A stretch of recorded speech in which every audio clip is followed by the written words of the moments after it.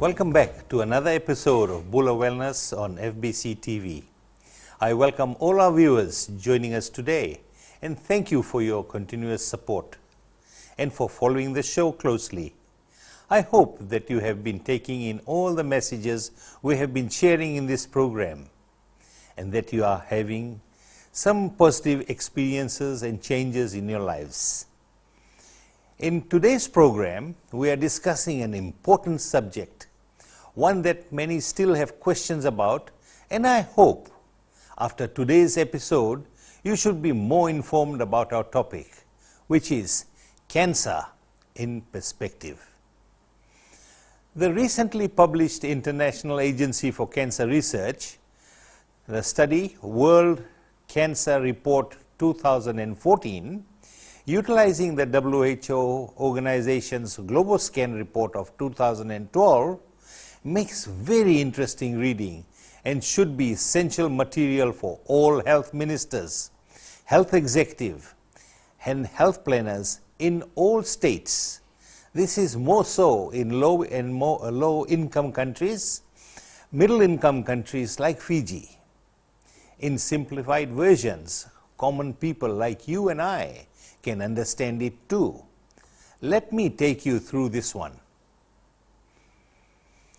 Cancer remains an important non-communicable disease, and the current International Agency for Cancer Research projections of annual cancer deaths globally is projected at 14 million, sharply over the 22 million annually in the next 2 decades.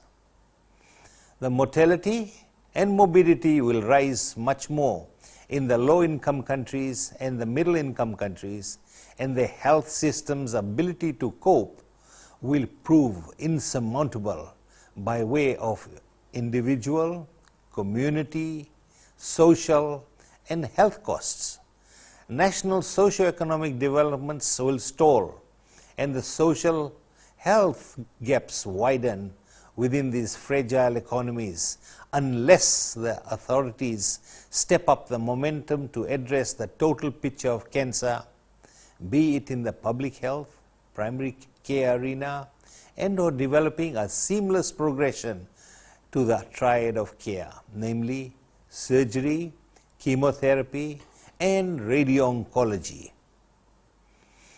Recent developments in Fiji have included streamlining our cancer registry in 2009-2010 to include tissue or histology, organ, anatomic, and cellular or cytology diagnosis.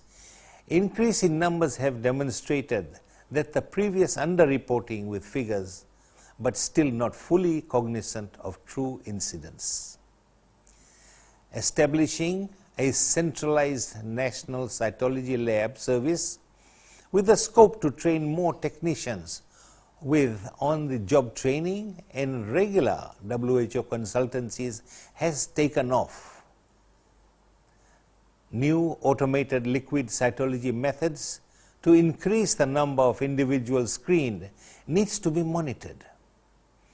Care of improved technology must be undertaken and service agreements with suppliers pre-arranged, reducing outages.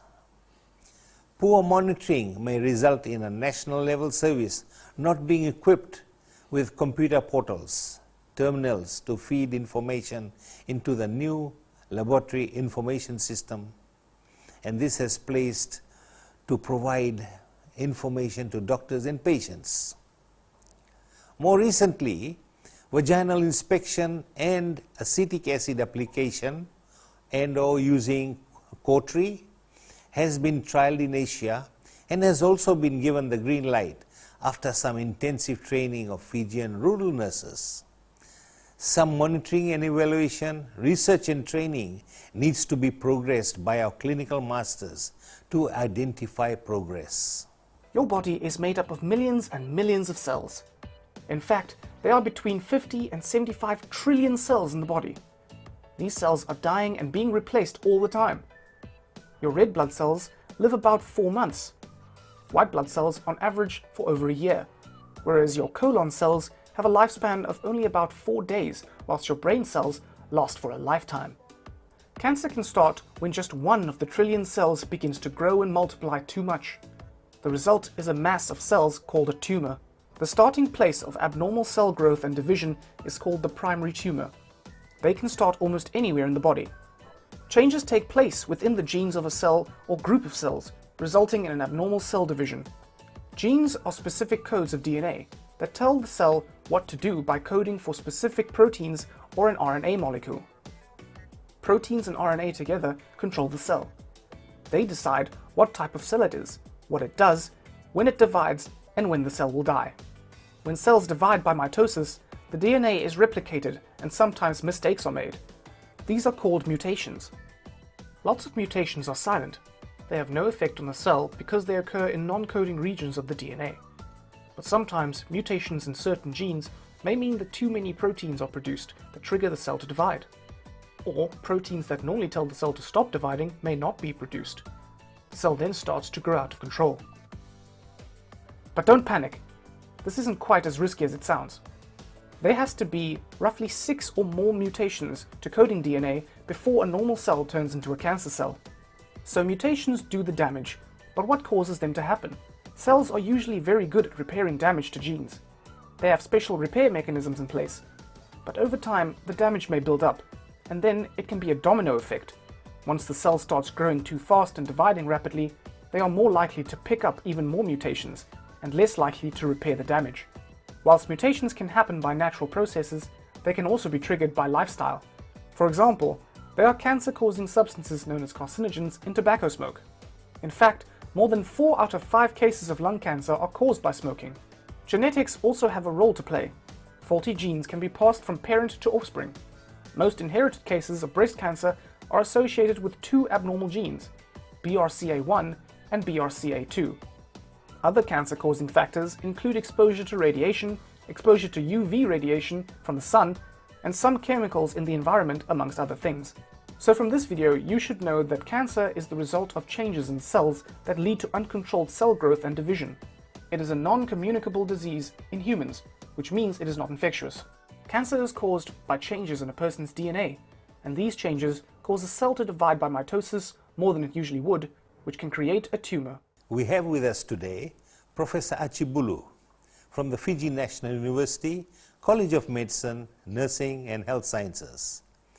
He has been an important leader in developing our radiology training, and more recently with the radiotherapy center proposals, he has met international experts in radiotherapy, has been aware of the needs of patients in managing cancer in Fiji. Welcome to our show, Professor, and thank you for your time to participate. Thank you. Professor, why is cancer a non-communicable disease? Yes, thank you, Dr. Sharma.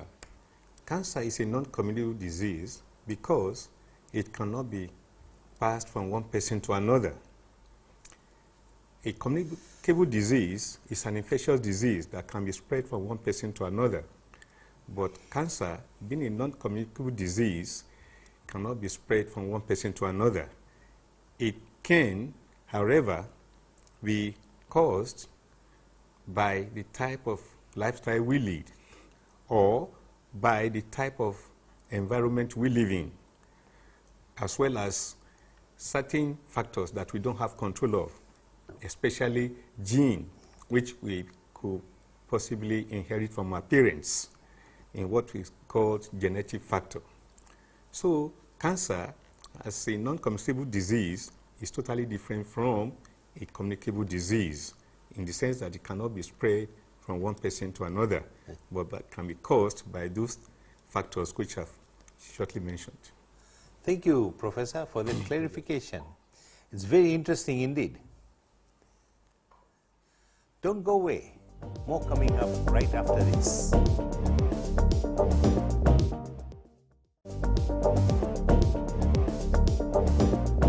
Welcome back to Bula Wellness.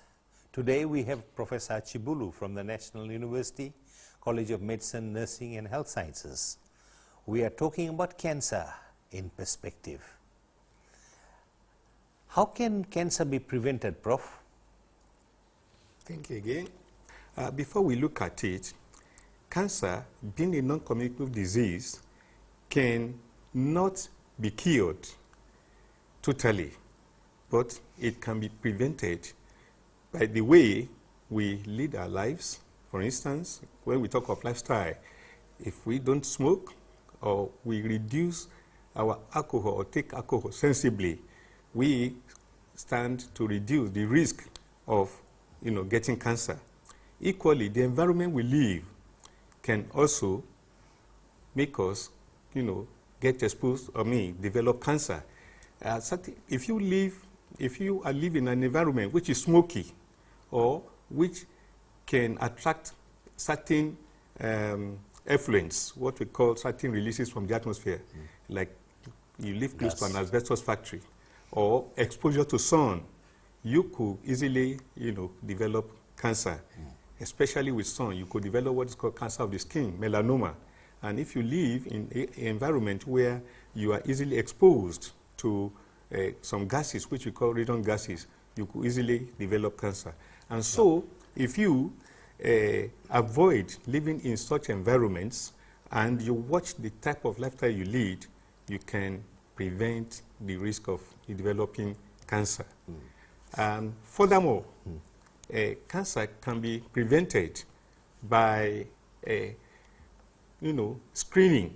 That is, subjecting ourselves to regular screening, either monthly, in some cases, or annually. Sure.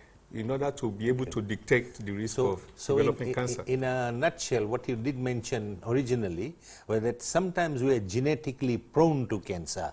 So we do need to look after ourselves if we've got a family history of cancer, such as breast cancer, ovarian cancer, endometrial cancer, prostate cancer. So we need to be screened.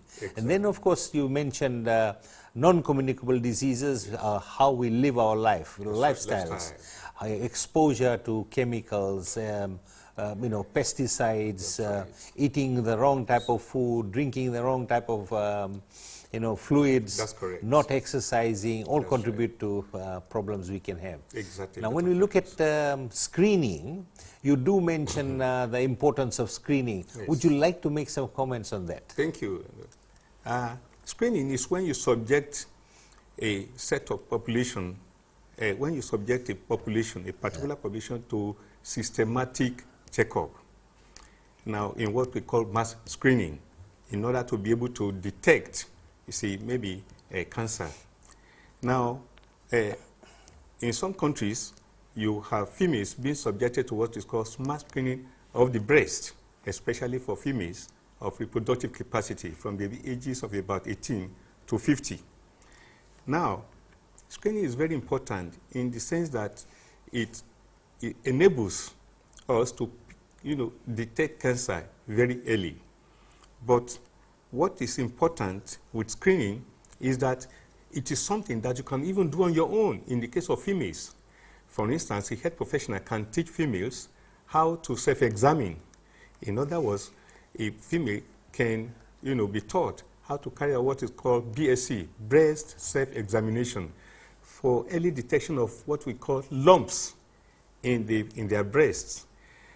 Another method of screening is, especially in case of cervical cancer, females can visit our, clinics or health facilities, health centers and hospitals across the country to have what is called pap smear carried out in order to detect what we call precancerous cells at the early stage. And so these are methods of screening that can be done. In the case of males, they can go, again, for blood tests to be able to detect, prostate cancer at the early stage in what we call PSA test. Sure. Thank you. What we're saying here, what you tried to highlight very effectively is that we can screen. It could be an individual screening like self-examination of the breasts, which a female should undertake once a month soon after her menstrual cycle is over, and be able to pick up any lumps and bumps, and if she has any doubts, then she should be screened by her doctor or her nurse and be followed up. However, sometimes we have patients coming in for annual test screening. This should be undertaken by the doctor or the nurse. And then, of course, there's opportunist screening. Screening for NCDs are now being undertaken at festivals. In the corporate environment, large companies are inviting medical teams to come in and take height, weight, BMIs, taking a sugar, and of course some of them have even gone to suggest that pap smears and breast examinations should be undertaken, and in males, prostate screened. That's right. Now, the question that leads us to the next question: is suitable treatment available to treat cancer in Fiji? Thank you. At the moment, for most cancers that are prevalent in Fiji, especially cervical cancers in females and breast cancers, we have limited treatment options. And these are mostly chemotherapy, that is treatment by means of drugs, and surgery. Right. Now, this is what we call suitable treatments. But to look at treatment, we need to consider, you see, 3 factors. 1, the type of cancer and its characteristics, the condition of the patient, whether the cancer is already at the early stage, middle stage, or advanced stage, and the goal of treatment. And so when we take these 3 factors into consideration, it will help us determine, the physicians or the surgeons determine what appropriate or suitable type of treatment the patient has to have. Now, you could have radical type of treatment in order to save lives so that the patients can go back to work. Then you could also have palliative treatment, in which case you cannot cure the cancer, but you may help to reduce the symptoms and reduce pain, especially chronic pain. Now, in Fiji, what we have at the moment is chemotherapy and surgery. And these are obtainable in CWM Hospital in Suva, in the 3 major hospitals: Suva, CWM Hospital, Lotoka Hospital, and Lambasa Hospital. But I must say that this treatment of cancer actually requires multimodality approach. When I mean multimodality approach, I mean different types of modalities, different types of methods that we conclusively treat cancer. Okay. So that will take us to, that is, apart from chemotherapy, you need surgery, and of course, you need radiotherapy. Okay, thank you, Prof. What you said is very true. Treat cancer. What you said, that there should be a combination means to treat the cancer patient, various modalities depending on the stage of cancer, or the age of the patient, where the cancer is, and how the patient is feeling. And the important thing is, at this point in time, we do not have a facility for radiotherapy. Are there plans within the health establishment to address the patient's need for such therapy? Is there a plan underway to develop a radiotherapy unit? And how are we progressing on that? Yes, there are plans to have the radiotherapy center in Fiji, which will not only take care of cancer treatment for sufferers, but may also be useful to cancer patients referred from across the region. Unfortunately, there has not been enough political will to develop the plan to a fruitful stage. Now, setting up a radiotherapy center is relatively straightforward, in the sense that you need 4 things. 1, you need the technology. It's an expensive technology. You need to train a special cadre of staff: radio-oncologists, radiotherapists, medical physicists, and radio-oncology nurses. You also need to make provision for maintenance of the equipment. But I must also say that for the radiotherapy center to be put into operation, you need appropriate legislation and regulation. There must be a body set up to regulate, you see, the importation of certain pieces of radiation. which we call radioactive sources, that are also used in the treatment of certain cancers, like endometrial cancers. So, Professor, what cervical you're saying to cancers, me and- yes. is that, yes, there is a need. Obviously, all the clinicians feel that there is a need for radiotherapy. Yes. However, there are important issues to undertake, and this includes the training of people, the technology, the infrastructure, and the maintenance of equipment. Yes. Now, finally, with palliative care, we need to be able to develop this a little further. And although the mechanics is there, this has not been progressed fully. We have the Cancer Society and other NGOs working to provide palliative care, care for the patient who is dying, care for the patient in his home environment. So I think our health system needs to address this. You would agree? Yeah, definitely. Okay. Finally, Professor, what are your thoughts on marijuana as a treatment for terminal cases of cancer? Yeah, thank you again, Dr. Sharma. Before I answer the question on marijuana, may I say that at the moment in Fiji, there is no formal palliative services or facilities or programs or staff dedicated to palliative care. However, some NGOs like WOW's Kids Fiji, Work on Work Strong, have been putting efforts together with the Fiji Cancer Society to ensure that they raise funds to provide palliative care, especially for children suffering from cancer. We also have other NGOs that, for males, like Shave a Beard, that have been also proactive in providing palliative care, especially for older men or men suffering from prostate cancer. Now, coming to the issue of euthanasia, that's a big question. We call euthanasia medically assisted death. Now, some countries have legalized or adopted the use of euthanasia for cancer sufferers or cancer patients. However, some social and religious groups advocate strongly against, the use of euthanasia. However, such legal and moral issues have to be considered before this can be adopted in Fiji. Okay. All options are there, but then It it is an issue that has to be discussed extensively, debated, before it can be adopted in Fiji. Thank you. Thank you so much, Professor Achibulo, for your contribution tonight. We are greatly indebted for the exemplary work which you are undertaking in supporting the development of cancer therapy in Fiji. We have our take-home messages coming up right after this.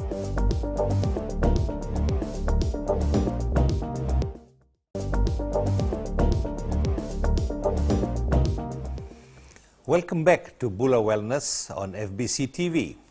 Earlier, we had Professor Soji Achibulu from the Fiji National University as our guest, where we talked about cancer in perspective. As you may have noted in this program, cancer is associated with many causes. Vaccinations for cancer cervix causing viruses are now being administered to 13-year-old girls to reduce cancer as they grow older. Likewise, we have vaccinations against liver and mumps virus in childhood vaccine programs in Fiji. Screening for women's cancer are readily available but poorly used. Sometimes we hesitate to use the service, or the service providers are not supportive. Sometimes the technology is not available. These are some examples, but make an effort to be screened. Your health is very important. Male cancers are also on the increase. Gut, liver, and prostate screening are available. Do not let others frighten you away from screening. For all you men out there, you have a responsibility to be fit and healthy for your dependents. Health is wealth. Maybe we need regulations, enforcement, and taxation measures to extend, as it has extended to alcohol, to include soft drinks, junk food, snacks, and not confined to tobacco only. Misuse of alcohol and similarly of high caloric, non-nutritive fizzy drinks needs the attention of all health and state players. Just over a year ago, David Cameron, former Prime Minister of UK, had been asked by a parliamentary select committee to consider a 20% tax on fizzy drinks, addressing the sharply increasing childhood obesity in UK. New Zealand has banned fizzy drink sales in hospital premises. Perhaps we can consider these two issues as pragmatically feasible in Fiji as well. Mexico is introducing fat and soft drink taxes as the population consumes huge amounts of sweetened sugary drinks and consume fast food soaked in animal fat, loaded with excess salt daily. It's concerning to see our hospitals' cafeteria overstocked with sweetened sugary beverages, fried and oily snacks, and in Suva's case, right next door to the new cardiology center. It was never intended for that sales pitch, but to provide healthy food for visitors, patients and staff. The International Agency for Research on Cancer report also addresses fiscal inactivity, high caloric, fat-saturated, Western-style meals, which again are visible and expanding issues in countries like Fiji. The report further reaffirms that to complete various treatment options with the sharply increasing incidence in the next 2 decades, radio-oncology services is needed to complete the triad of clinical services, as highlighted by Fiji's clinicians repeatedly. The proposed radio-oncology unit development is facing major hurdles today after minimal progress in the last 3 years. Much needs to be progressed through clear visionary strategies and necessary programmatic reform. The whole senior health management team for communicable diseases and for non-communicable diseases need to look beyond their budget allocation. The need to read global and international trends, data and research findings to optimize national requirements is warranted more than ever by state representatives, inclusive of ministers of health, finance, planning. We cannot move from one crisis to the next, as has been the case in the past. The recent cost analysis of a radio-oncology unit review indicated over 90% viability for a project of this nature, as reported previously. Overseas referral of patients picked up late, with major delays in travel arrangements at ministry level, with practically minimal funding grants, is criminal by intent and hovers on healthcare torture, remaining contrary to the constitutional rights of our citizens. It is time we place the radio-oncology project on track. Seriously, patients with advanced cancer not treated nationally travel after much delay in selection, placement and collection of funds now have to travel to India. Treatment costs remain extremely high in destinations closer to Fiji, such as Australia and New Zealand. The delays in administrative decisions have cost many a patient their lives. Others have suffered greatly, and so have their relatives. The need for improved palliative care or terminal care services needs collective thought and sustainability. In 2011, the Ministry of Health, working with the Cancer Society, under OSAID support and NGO groups, had piloted a terminal care palliative service in the West. but poor coordination by our Western nursing champions did not sustain the effort to the patient in the home, in the community. A fine-tuning of the program will make it sustainable, so patients are seen regularly at home, provided medication and pain relief regularly, and not die a painful death, as is seen so often now. This service is possible to roll out into all the 4 divisions in Fiji. Looking at surgery and chemotherapy, we know these are available but of limited value when radiotherapy is non-existent. The clinicians are calling for development in this area, but our health and political administrators do not want to move ahead, citing financial budgetary limitations. There are ways around and forward and to make radiotherapy readily available and a reality in Fiji. That our administrative health team relook at their strategic visions, plans, policy, and place a clear roadmap with documents to Cabinet, Parliament for increased budget considerations in a phased manner to improve the work of clinicians and improve the lives of Fijians as part of our universal health coverage. Our civil service must work in tandem with international and bilateral agencies, donors, regional partners, and collaborative non-governmental organizations locally and abroad. There are just too many gaps in our proposals to international organizations, and this is exactly why we need to progress the radiotherapy unit development. Our people are dying, needing this service. Our health executive have a lot more to do. Unfortunately, time has caught up with us again, and this brings us to the end of this episode of Bula Wellness. I hope you enjoyed the program. Trust you have learnt a few things that could change or even save your life and those whom you love. If you have queries about the show or the topic today, you can contact us on Facebook, Bula Wellness FBC TV, or write to us, bulawellness@fbctv.com.fj.